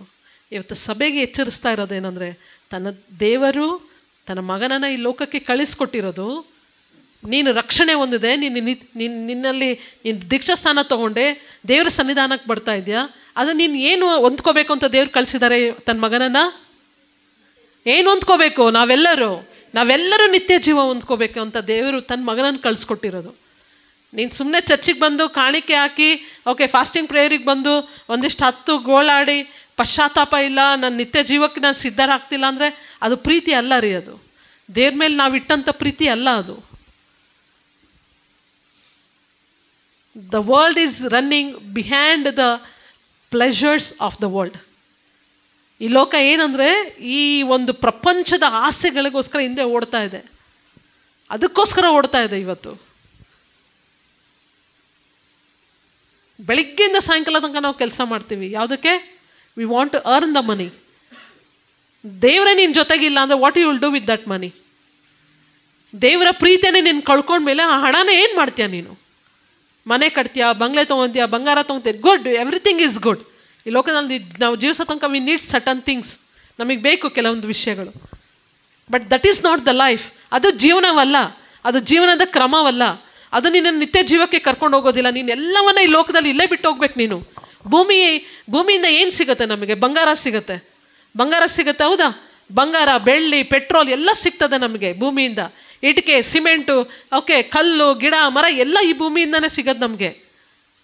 ಈ ಭೂಮಿಯಿಂದ ಸಿಕ್ಕಿರೋದನ್ನು ನಾನು ಮೈ ಮೇಲೆ ಹಾಕ್ಕೊಂಡ್ರು, ನಾನು ಮನೆ ಕಟ್ಟಿದ್ರು, ನಾನು ಎಲ್ಲಿ ಕಳಿಸ್ಬೇಕು? ಮತ್ತೆ ಅದನ್ನು ಭೂಮಿ ಒಳಗೆ ಹೋಗುತ್ತೆ ಅದು. ಮತ್ತೆ ನೀವು ಅನ್ಕೋಬೇಡ್ರಿ ಪರಲೋಕಕ್ಕೆ ಹೋಗುತ್ತೆ ಅಂತ. ಪರಲೋಕದಿಂದ ಬಂದಂಥದ್ದು ಮಾತ್ರ ನಾವು ಪರಲೋಕಕ್ಕೆ ತೊಗೊಂಡು ಹೋಗ್ತೀವಿ. ಹಲ್ಲೆಲೂಯಾ. ಯೇಸು ಸ್ವಾಮಿನ ಮಾತ್ರ ನಾವು ಎತ್ಕೊಂಡು ಪರಲೋಕಕ್ಕೆ ಹೋಗ್ತೀವಿ. ಆ ಪ್ರೀತಿಯನ್ನು ಎತ್ಕೊಂಡು ನಾವು ಪರಲೋಕಕ್ಕೆ ಹೋಗ್ತೀವಿ. ಆ ನಿತ್ಯ ಜೀವವನ್ನು ಎತ್ಕೊಂಡು ಪರಲೋಕಕ್ಕೆ ಹೋಗ್ತೀವಿ. ಯಾವುದು ದೇವರ ತಂದೆಯಾದ ದೇವರ ಯೋಜನೆ ಆಗಿತ್ತು, ಈ ಲೋಕವನ್ನು ನಾನು ಯಾಕೆ ಪ್ರೀತಿಸಬೇಕು, ಈ ಲೋಕದಲ್ಲಿರುವಂಥ ಜನರಿಗೆ ನಿತ್ಯ ಜೀವವನ್ನು ಕೊಡಬೇಕು ಎಂಬುದಾಗಿ ಆತನ ಬಯಸ್ತಾ ಇದ್ದಾನಲ್ಲ, ಅದನ್ನು ಮಾತ್ರ ತಗೊಂಡು ನಾವು ಮೇಲಕ್ಕೆ ಹೋಗ್ತೀವಿ. Hallelujah, hallelujah. ಪ್ರಕಟಣೆ ಗ್ರಂಥದಲ್ಲಿದೆ, ಅಲ್ಲಿ ಬಹಳಷ್ಟು ಬಂಗಾರ ಹಾಕ್ಕೊಂಡು, ಬಹಳಷ್ಟು ರೇಷ್ಮೆ ಸೀರೆ ಹಾಕ್ಕೊಂಡು, ಶೂಟ್ ಹಾಕ್ಕೊಂಡು, ಓಕೆ, ಮತ್ತೇನು ಫುಲ್ ಕಟ್ಟಿಂಗ್ ಮಾಡಿಕೊಂಡು, ಝೊಮ್ಯಾಟೋದು ಬ್ಯಾಗ್ ಹಾಕ್ಕೊಂಡು, ಆಮೇಲೆ ಫುಲ್ ಕೂದಲ ಬಿಡ್ಕೊಂಡು ಕಟ್ಟಿಂಗ್ ಇಲ್ದಂಗೆ, ಫುಲ್ ಇಲ್ಲೆಲ್ಲ ಚುಚ್ಕೊಂಡು, ಕಾಲಿಗೆಲ್ಲ ಹಾಕ್ಕೊಂಡು, ಕೈಗೆಲ್ಲ ಹಾಕ್ಕೊಂಡು, ಹಿಂಗೆ ದೇವರನ್ನು ಆರಾಧಿಸ್ತೀವಂತ ಆಯ್ತಾ? ಪರಲೋಕದಲ್ಲಿ ಏನು ಹಾಕ್ಕೊಂಡಿರ್ತೀವಂತೆ? ನಿಲುವಂಗೆನ ಅಷ್ಟೇ ಹಾಕ್ಕೊಂಡಿರ್ತೀವಿ, ಬೇರೆ ಏನೂ ಇಲ್ಲ ಅಲ್ಲಿ. ಅದಕ್ಕೆ ಸಾಲೋಮೋನನು ಹೇಳ್ತಾನೆ, ಎಲ್ಲವೂ ವ್ಯರ್ಥ, ಸಮಸ್ತವೂ ಏನಂತೆ? ವ್ಯರ್ಥ ಅಷ್ಟೇ. ನೀನು ಈ ಭೂಮಿ ಮೇಲೆ ನೀನು ಗಳಿಸುವಂಥ ಹೆಸರು, ಈ ಭೂಮಿ ಮೇಲೆ ನೀನು ಗಳಿಸುವಂಥ ಪದವಿ, ಈ ಭೂಮಿ ಮೇಲೆ ನೀನು ಏನನ್ನಾದರೂ ನೀನು ಸಂಪಾದಿಸು, ನೀನೆಲ್ಲವನ್ನ ಈ ಲೋಕಕ್ಕೆ ಬಿಟ್ಟು ಹೋಗ್ಬೇಕಷ್ಟೆ. ಸಂಪಾದಿಸ್ರಿ, ಮಕ್ಳಿಗೆ ಓದಿಸ್ರಿ, ನೀವು ಚೆನ್ನಾಗಿರ್ರಿ, ಮನೆ ಕಟ್ಕೊಳ್ರಿ, ಚೆನ್ನಾಗಿರ್ರಿ. ದೇವ್ ನಿಮ್ಮನ್ನು ಎಲ್ಲಿ ತನಕ ಉನ್ನತವಾಗಿ ಆಶೀರ್ವದಿಸ್ತಾನೆ ಅಲ್ಲಿ ತನಕ ಉನ್ನತವಾಗಿ ನೀವು ಜೀವಿಸ್ರಿ. ಅದು ನಿತ್ಯ ಜೀವವನ್ನು ಕಳ್ಕೊಬೇಡ್ರಿ ಯಾರು. ಹಲ್ಲೆಲೂಯಾ. ದೇವರ ಪ್ರೀತಿಯನ್ನು ಕಳ್ಕೊಬೇಡ್ರಿ. ಹಲ್ಲೆಲೂಯಾ. ದೇವರೊಟ್ಟಿಗಿರುವಂಥ ಸಂಬಂಧವನ್ನು ಕಳ್ಕೊಬೇಡ್ರಿ. ಹಲ್ಲೆಲೂಯಾ. ದೇವರ ಕರುಣೆ, ದೇವರ ಕೃಪೆ, ದೇವರ ಗುಣ ಲಕ್ಷಣಗಳನ್ನು ಕಳ್ಕೊಬೇಡ್ರಿ. ಹಲ್ಲೆಲೂಯಾ. ಅದನ್ನು ಕಳ್ಕೊಂಡ್ವಿ ಅಂತಂದರೆ ಇದೆಲ್ಲವೂ ವ್ಯರ್ಥನೇ. ಎರಡು ಸಮವಾಗಿರಬೇಕು. ಅದೆಲ್ಲದಕ್ಕಿಂತ ಮೇಲೆ ನಿತ್ಯ ಜೀವಕ್ಕೆ ನಾವೆಲ್ಲರೂ ಏನಾಗಬೇಕಾಗಿದೆ? ಬಾಧ್ಯರಾಗಬೇಕಾಗಿದೆ. ಯೇಸು ಸ್ವಾಮಿ ಈ ಲೋಕಕ್ಕೆ ಬರಬೇಕಾದ್ರೆ, ಮೊದಲನೇ ಸತಿ ಯೇಸು ಸ್ವಾಮಿ ಮಗುವಾಗಿ ಬರಬೇಕಾದ್ರೆ ಯಾರಿಗೋಸ್ಕರ ಬಂದ ದೇವರು? ಹೇಳ್ರಿ, ಯಾರಿಗೋಸ್ಕರ ಬಂದರು ದೇವರು? ನನಗೋಸ್ಕರ ಅಂತ ಹೇಳ್ಬಾರ್ದು, ಪಾಪಿಗಳಿಗೋಸ್ಕರ ದೇವರು ಬಂದರು. ತನ್ನ ಕರುಣೆ, ತನ್ನ ಕೃಪೆ, ದ ಬೆಸ್ಟ್ ಕ್ಯಾರೆಕ್ಟರ್ನ ತಗೊಂಡು, ಓಕೆ, ನಾನು ಇವ್ರ ಹತ್ರ ಸಿಟ್ಟಲ್ಲಿ ಹೋದರೆ ಇವರು no, I should not go with a punishment. ನಾನು ಅವರನ್ನು ಶಿಕ್ಷಿಸುವವನಾಗಿ ನಾನು ಹೋಗಬಾರ್ದು ಈ ಲೋಕಕ್ಕೆ. ನಾನು ಅವರನ್ನು ಏನಂತೆ, ನಾನು ಅವರನ್ನು ಪ್ರೀತಿಸುವವನಾಗಿ ನಾನು ಈ ಲೋಕಕ್ಕೆ ಹೋಗ್ಬೇಕು. ಈ ಸ್ವಾಮಿ ಎಷ್ಟೋ ಜನರನ್ನು ಆತನ 3.5 ವರ್ಷ ಆತನ ಸೇವೆ ಮಾಡಿದಾಗ ಎಷ್ಟೋ ಪಾಪಿಗಳನ್ನು ದೇವರು ಕ್ಷಮಿಸಿದ್ದಾನೆ. ಹಲ್ಲೆಲೂಯಾ. ಓಕೆ, ತನ್ನನ್ನು ತಾನು ತಗ್ಗಿಸಿಕೊಂಡು, ಓಕೆ, ಶಿಷ್ಯರ ಕಾಲನ್ನು ಹಿಡಿಯುವಷ್ಟು ಪ್ರೀತಿ ಮಾಡಿಬಿಟ್ರು ದೇವರು. ಪ್ರೀತಿ ಮಾಡಿದಂಥ ದೇವರು, ಕರುಣೆ ಉಳ್ಳಂಥ ದೇವರು ಈ ಲೋಕವನ್ನು ತ್ಯಜಿಸಿ ಹೋಗ್ಬೇಕಾದ್ರೆ ಏನು ಹೇಳ್ತಾರೆ? ಒಂದು ಮಾತು ಹೇಳ್ತಾರೆ ದೇವರು, ದೇವರೇ ಇವ್ರು ಏನು ಮಾಡ್ತಾ ಇದ್ದಾರೋ ಇವರು ಇವ್ರಿಗೆ ಗೊತ್ತಾಗ್ತಾ ಇಲ್ಲ, ಅವರನ್ನು ನೀನೇನು ಮಾಡು? ಕ್ಷಮಿಸು. ಅಲ್ಲೂ ಕೂಡ ದೇವರು ಕ್ಷಮಾಪಣೆ ಕೇಳ್ತಾ ಇದ್ದಾರೆ. ಆಯಿತು, ಏಸು ಸ್ವಾಮಿ ಪರಲೋಕಕ್ಕೆ ಹೋದರು. ಈ ಲೋಕದಲ್ಲಿ ಭೂಮಿಯ ಕಡೆಯವರೆಗೆ ಏನಾಯಿತು? ಸುವಾರ್ತೆಯು ಸಾರಲ್ಪಡ್ತು. ತನ್ನ ಶಿಷ್ಯಂದರು ಸುಮ್ಮನೆ ಇರಲಿಲ್ಲ ರೀ, ಅವರು ದ ಬೆಸ್ಟಾಗಿ ಯೇಸು ಸ್ವಾಮಿನ ಪ್ರೀತಿಸಿದ್ರು. ದ ಬೆಸ್ಟಾಗಿ. ಯಾಕಂದರೆ ಅವ್ರ ಜೀವವನ್ನು ದ ಬೆಸ್ಟಾಗೇ ದೇವರಿಗೋಸ್ಕರ ಕೊಟ್ಟರು. ಅವರಲ್ಲಿದ್ದಂಥದ್ದನ್ನೆಲ್ಲವನ್ನು ಕಳ್ಕೊಂಡ್ರು ಅವರು. ಅದು ಯೇಸು ಸ್ವಾಮಿಯನ್ನು ಕಳ್ಕೊಳ್ಳಿಲ್ಲ ಅವರು. ಹಲ್ಲೆಲೂಯಾ. ಯೇಸು ಸ್ವಾಮಿಯ ನಿತ್ಯ ಜೀವಿತವನ್ನು ಅವ್ರು ಕಳ್ಕೊಳ್ಳಿಲ್ಲ. ಹಲ್ಲೆಲೂಯಾ. ಸೊ ಸಭಾಪಾಲಕರು ಪ್ರಕಟಣೆ ಬಗ್ಗೆ ಹೇಳ್ತಾ ಇದ್ದಾರೆ. ಅಲ್ಲಿ ಯಾರಿದ್ದಾರೆ? ಯಾರು ಪ್ರಕಟಣೆ ಬರೆದ್ರು? ಯೋಹಾನ. ಸ್ನಾನಿಕನಾದ ಯೋಹಾನನಲ್ಲ, ಶಿಷ್ಯನಾದ ಯೋಹಾನನು. ಹಲ್ಲೆಲೂಯಾ. ಆತನು ಏನು ಮಾಡ್ತಾನೆ? ಪ್ರಕಟಣೆ ಗ್ರಂಥವನ್ನು ಬರಿಬೇಕಾದ್ರೆ ಆತನು ನೋಡ್ತಾ ಇದ್ದಾನೆ. ಯಾವ ರೀತಿಯಾಗಿ ದೇವ್ರನ್ನ ನೋಡ್ತಾ ಇದ್ದಾನೆ? ಜೀವ ಸ್ವರೂಪನಾದ ದೇವರು. ಎಲ್ಲಿ ಕೂತಿದ್ದಾನೆ ದೇವರು? ಎಲ್ಲಿದ್ದಾರೆ ಯೇಸು ಸ್ವಾಮಿ? ಪರಲೋಕದಲ್ಲಿದ್ದಾರೆ ಯೇಸು ಸ್ವಾಮಿ. ಆ ದರ್ಶನವನ್ನು ಆತನು ನೋಡಬೇಕಾದ್ರೆ ಆತನಿಗೊಂದು ರಿಯಲೈಸ್ ಆಯಿತು, ಓಕೆ, ನಾನು ನೋಡಿದಂಥ ಯೇಸು ಸ್ವಾಮಿ ಯಾರು? ಕರುಣೆಯುಳ್ಳ ದೇವರು. ಆದರೆ ಅಲ್ಲಿರುವಂಥ ದೇವರು ಯಾರಾಗಿದ್ದಾನೆ? ನ್ಯಾಯ ತೀರಿಸುವಂಥ ದೇವರು. ಮೊದಲನೆಯದಾಗಿ ಯೇಸು ಸ್ವಾಮಿ ಲೋಕಕ್ಕೆ ಬಂದಾಗ ಎಲ್ಲರೂ ಕಿವಿಗೊಟ್ಟು ಕೇಳ್ರಿ. ಮೊದಲನೇದಾಗಿ ಯೇಸು ಸ್ವಾಮಿ ಲೋಕಕ್ಕೆ ಬಂದಾಗ ಕ್ಷಮಿಸುವವನಾಗಿ ಬಂದ. ಎರಡನೇ ಸತಿ ಬರುವಾಗ ಕ್ಷಮಿಸುವವನಾಗಿ ಬರಲ್ಲ ರೀ. ಪಾಪಿಗಳಿಗೋಸ್ಕರ ಬರೋದಿಲ್ಲ ಯೇಸು ಸ್ವಾಮಿ, ಪರಿಶುದ್ಧರಿಗೋಸ್ಕರ ಬರ್ತಾನೆ. ಹಲ್ಲೆಲೂಯಾ. ತನ್ನ ಕೃಪೆಯ ಕಾಲ ಮುಗಿದ ಮೇಲೆ ಆತನು ಮತ್ತೆ ಬಂದು ಕರುಣೆ ತೋರಿಸಲ್ಲ. ಇನ್ನೊಂದು ಚಾನ್ಸ್ ಇಲ್ಲ ನಮಗೆ. ಇನ್ನೊಂದ್ಸತಿ ಯೇಸು ಸ್ವಾಮಿ ಕರುಣೆ ಉಳ್ಳವನಾಗಿ ಪ್ರೀತಿಯಿಂದ ದಯೆಯಿಂದ ಬರೋದಿಲ್ಲ. ಇನ್ನೊಂದ್ಸತಿ ಸಾಯಕ್ಕೆ ಬರೋದಿಲ್ಲ. ಯಜ್ಞವಾಗಿ ದೇವರು ಬರೋದಿಲ್ಲ. ನ್ಯಾಯಾಧಿಪತಿಯಾಗಿ ದೇವರು ಬರಲಿಕ್ಕಿದ್ದಾನೆ. ಹಾಲೆಲೂಯ. ನ್ಯಾಯವನ್ನು ತೀರಿಸುವ ದೇವರಾಗಿ ಬರಲಿಕ್ಕಿದ್ದಾರೆ. Hallelujah, hallelujah. ಪ್ರಕಟಣೆ 19:11-16 ಯಾರಾದರೂ ಓದ್ರಿ. ಪ್ರಕಟಣೆ 19:11-16. ಪರಲೋಕವು ತೆರೆದಿರುವುದನ್ನು ನಾನು ಕಂಡೆನು. ಆಗ ಇಗೋ, ಬಿಳಿ ಕುದುರೆಯು ನನಗೆ ಕಾಣಿಸಿತು. ಅದರ ಮೇಲೆ ಕೂತಿದ್ದವನಿಗೆ ನಂಬಿಗಸ್ತನು ಸತ್ಯವಂತನು ಎಂದು ಹೆಸರು. ಆತನು ನೀತಿಯಿಂದ ನ್ಯಾಯ ವಿಚಾರಿಸುತ್ತಾನೆ, ನೀತಿಯಿಂದ ಯುದ್ಧ ಮಾಡುತ್ತಾನೆ. ಆತನ ಕಣ್ಣುಗಳು ಬೆಂಕಿಯ ಉರಿಯಂತವೆ. ಆತನ ತಲೆಯ ಮೇಲೆ ಅನೇಕ ಮುಕುಟಗಳುಂಟು. ಆತನಿಗೆ ಒಂದು ಹೆಸರು ಬರೆದು ಕೊಟ್ಟಿದ್ದೇನೆ, ಅದು ಆತನಿಗೆ ಹೊರತು ಮತ್ತಾರಿಗೂ ತಿಳಿಯದು. ಆತನು ರಕ್ತ ಪ್ರೋಕ್ಷಿತವಾದ ವಸ್ತ್ರವನ್ನು ಧರಿಸಿಕೊಂಡಿದ್ದನು. ಆತನಿಗೆ ದೇವರ ವಾಕ್ಯವೆಂದು ಹೆಸರು. ಪರಲೋಕದಲ್ಲಿರುವ ಸೈನ್ಯದವರು ಶುಭ್ರವಾಗಿಯೂ ನಿರ್ಮಲವಾಗಿಯೂ ಇರುವ ನಯವಾದ ನಾರುಮಡಿಯನ್ನು ಧರಿಸಿಕೊಂಡು ಬಿಳಿ ಕುದುರೆಗಳ ಮೇಲೆ ಹತ್ತಿದವರಾಗಿ ಆತನ ಹಿಂದೆ ಬರುತ್ತಿದ್ದರು. ಜನಾಂಗಗಳನ್ನು ಒಡೆಯುವುದಕ್ಕಾಗಿ ಹದವಾದ ಕತ್ತಿಯು ಆತನ ಬಾಯಿಂದ ಬರುತ್ತದೆ. ಆತನು ಅವರನ್ನು ಕಬ್ಬಿಣದ ಕೋಲಿನಿಂದ ಆಳುವನು. ಆತನು ಸರ್ವಶಕ್ತನಾದ ದೇವರ ಉಗ್ರ ಕೋಪವೆಂಬ ದ್ರಾಕ್ಷಿಯ ತೊಟ್ಟೆಯಲ್ಲಿರುವುದನ್ನು ತುಳಿಯುತ್ತಾನೆ. ಆತನ ತೊಡೆಯ ಮೇಲಣ ವಸ್ತ್ರದಲ್ಲಿ ರಾಜಾದಿರಾಜನು ಕರ್ತನ ಕರ್ತನು ಎಂಬ ಹೆಸರು ಬರೆದಿದೆ. Hallelujah, hallelujah. ಆತನು ಬರುವಾಗ ಯಾವುದ್ರೊಳಗೆ ಬರ್ತಾನಂತೆ? ಕುದುರೆಯಲ್ಲಿ ಬರ್ತಾರೆ. ಕುದುರೆಯಲ್ಲಿ ಯಾರು ಬರೋದು? ರಾಜ ಬರೋದು. Hallelujah, hallelujah. ಏನನ್ನು ಹಿಡ್ಕೊಂಡು ಬರ್ತಾನಂತೆ? ಆತನು ತನ್ನ ಬಾಯಲ್ಲಿ ಕತ್ತಿಯನ್ನು ಹಿಡ್ಕೊಂಡು ಬರ್ತಾ ಇದ್ದಾರೆ. ದೇವರು ಒಡೆಯುವವನಾಗಿ ಬರ್ತಾ ಇದ್ದಾನೆ. ದೇವರು ಈ ಲೋಕಕ್ಕೆ ನ್ಯಾಯವನ್ನು ತೀರಿಸುವವನಾಗಿ ಬರ್ತಾ ಇದ್ದಾನೆ. ಪ್ರೀತಿ, ಕರುಣೆ, ಕೃಪೆ ಎಲ್ಲ ಹೋಗ್ಬಿಡುತ್ತೆ. ಅವಾಗ ಯಾವುದೂ ಉಳಿಯೋದಿಲ್ಲ. ಮತ್ತೆ ದೇವರು ತಂದೆಯ ಸ್ವರೂಪದಲ್ಲಿ ಈ ಲೋಕಕ್ಕೆ ಬರ್ತಾ ಇದ್ದಾರೆ. ಯೇಸು ಸ್ವಾಮಿ ಈ ಲೋಕಕ್ಕೆ ಬರಬೇಕಾದ್ರೆ ತನ್ನ ಕಣ್ಣುಗಳು ಯಾವ ರೀತಿ ಇತ್ತಂತೆ? ಶ್ರಮಿಸುವ ಕಣ್ಣುಗಳಾಗಿತ್ತು. ಇಲ್ಲಿ ಯಾವ ರೀತಿ ಇದೆ ಅಂತೆ ಕಣ್ಣು? ಆತನ ಕಣ್ಣು ಬೆಂಕಿಯ ಉರಿಯಂತಿವೆ. ಯಾವ ಥರ? ಬೆಂಕಿಯ. ಜೋರಾಗಿ ಹೇಳ್ರಿ, ಯಾವ ಥರ? ಬೆಂಕಿಯ ಉರಿಯಂತಿದೆ. ಕರುಣೆಯುಳ್ಳ ಕಣ್ಣು ಬೇಕೋ? ಬೆಂಕಿಯ ಉರಿಯುವಂಥ ಕಣ್ಣು ಬೇಕೋ? ಪ್ರೀತಿಯ ಕಣ್ಣು ಬೇಕೋ? ಪ್ರೀತಿಯಿಂದ ಮಾತನಾಡುವ ಬಾಯಿ ಬೇಕೋ? ಕತ್ತಿ ಬರುವಂಥ ಬಾಯಿ ಬೇಕೋ? ಪ್ರೀತಿಯಿಂದ ಮಾತಾಡುವ. ನೀವು ಡಿಸೈಡ್ ಮಾಡಿರಿ, ನಾನು ಡಿಸೈಡ್ ಮಾಡ್ತೀನಿ. ಒಬ್ರೊಬ್ರು ನಾವು ಇವತ್ತು ಡಿಸೈಡ್ ಮಾಡಬೇಕಾಗಿದೆ. ಇದು ಇನ್ನೂ ನಾವು ಕೃಪೆಯ ಕಾಲದಲ್ಲಿದ್ದೀವಿ. ಇನ್ನೂ ಆತನ ಪ್ರೀತಿಯ ಒಂದು ಕೃಪೆಯೊಳಗೆ ನಾವಿದ್ದೀವಿ. ಇನ್ನು ಕತ್ತಿ ಆಗಲಿ ಬೆಂಕಿ ಆಗಲಿ ನ್ಯಾಯವನ್ನು ತೀರಿಸುವವನಾಗಿ ದೇವರು ನಮ್ಮ ಜೊತೆಗೆ ಬರಬಾರ್ದು ರೀ. ನಾವು ಆತನ ಜೊತೆಗೆ ಬರಬೇಕು. ಹಾಲೆಲೂಯ. ಇಲ್ಲಿದೆ, ಬಿಳು ನಾರು ಮಡಿಗಳನ್ನು ಧರಿಸಿಕೊಂಡು ಬಿಳಿ ಕುದುರೆಗಳ ಮೇಲೆ ಹತ್ತಿದವರಾಗಿ ಆತನ ಹಿಂದೆ ಬರ್ತಾರಂತೆ. ಹಾಲೆಲೂಯ. ನಾವು ಆತನ ಹಿಂದೆ ನಾರು ಮಡಿಗಳನ್ನು ಧರಿಸ್ಕೊಂಡು ನಾವು ಕೂಡ ಕುದುರೆಗಳನ್ನ ಇಟ್ಕೊಂಡು ಈ ಲೋಕಕ್ಕೆ ಬರಬೇಕೇ ಹೊರತು ನಾವು ಯೇಸುವನ್ನು ನೋಡಬೇಕಾದ್ರೆ ಆತನ ಕಣ್ಣುಗಳ ಬೆಂಕಿಯಲ್ಲಿರುವಂಥ ಕಣ್ಣುಗಳನ್ನು ನಾವು ನೋಡಬಾರ್ದು. ಅದಕ್ಕೋಸ್ಕರನೇ ತಂದೆಯಾದ ದೇವರು ತನ್ನ ಮಗನನ್ನು ಈ ಲೋಕಕ್ಕೆ ಕಳುಹಿಸಿಕೊಟ್ಟದ್ದು. ಅದೇ ಅಗಾಧವಾದ ಪ್ರೀತಿ. ಹಲ್ಲೆಲೂಯ. ಆ ಪ್ರೀತಿ ಒಳಗೆ ಭಾಳ ಸಮಯ ಇಲ್ಲ ರೀ, ಭಾಳ ಸಮಯ ಇಲ್ಲ. ಸಮಯ ತುಂಬ ಕಮ್ಮಿ ಇದೆ ಸಮಯ. ಈಗ ಆಲ್ರೆಡಿ ನಾವು ನೋಡ್ತಾ ಇದ್ದೀವಿ, ಇಸ್ರಾಯೇಲ್ ದೇಶದಲ್ಲಿ ಏನಂತೆ ಯುದ್ಧಗಳು ನಡೀತಾ ಇದೆ. ಅವರು ಯುದ್ಧಕ್ಕೆ ಎಲ್ಲವನ್ನ ಸಿದ್ಧ ಮಾಡ್ಕೊಂಡಿದ್ದಾರೆ. ಯಾಕೆ ಯುದ್ಧ ಮಾಡ್ತಾ ಇದ್ದಾರೆ ಹೇಳ್ರಿ? ಸಿರಿಯಾಗೆ ಹೊಡಿತಾ ಇದ್ದಾರೆ, ಈಗ ಇರಾನ್ನ ಹೊಡೆದ್ರು, ಆಮೇಲೆ ಗಾಜಾನ ಹೊಡೆದ್ರು, ಪ್ಯಾಲೆಸ್ತೀನ್ನ ಹೊಡಿತಾ ಇದ್ದಾರೆ. ಯಾಕೆ ಹೊಡಿತಾ ಇದ್ದಾರೆ ಹೇಳ್ರಿ? ಅವರು ಹೆಣ್ಮಕ್ಳು, ನೀವು ನ್ಯೂಸ್ ನೋಡಬೇಕು. ನೀವು ಅವ್ರು ಮಾತ್ರ ಆನ್ಸರ್ ಮಾಡ್ತಿದ್ದಾರೆ. ನೀವು ಆ ಥರ ಎಜುಕೇಟ್ ಆಗಬೇಕು. ನೀವು ಎಷ್ಟು ಜನ ಮಕ್ಕಳು ಇದ್ದೀರಲ್ಲ, ಯೌವನಸ್ಥರು, ನ್ಯೂಸ್ಗಳನ್ನ ನೋಡ್ಬೇಕು. ಏನಾಗ್ತಿದೆ ಈ ಪ್ರಪಂಚದಲ್ಲಿ ನಮಗೆ ಜ್ಞಾನಕ್ಕೆ ಬರಬೇಕದು.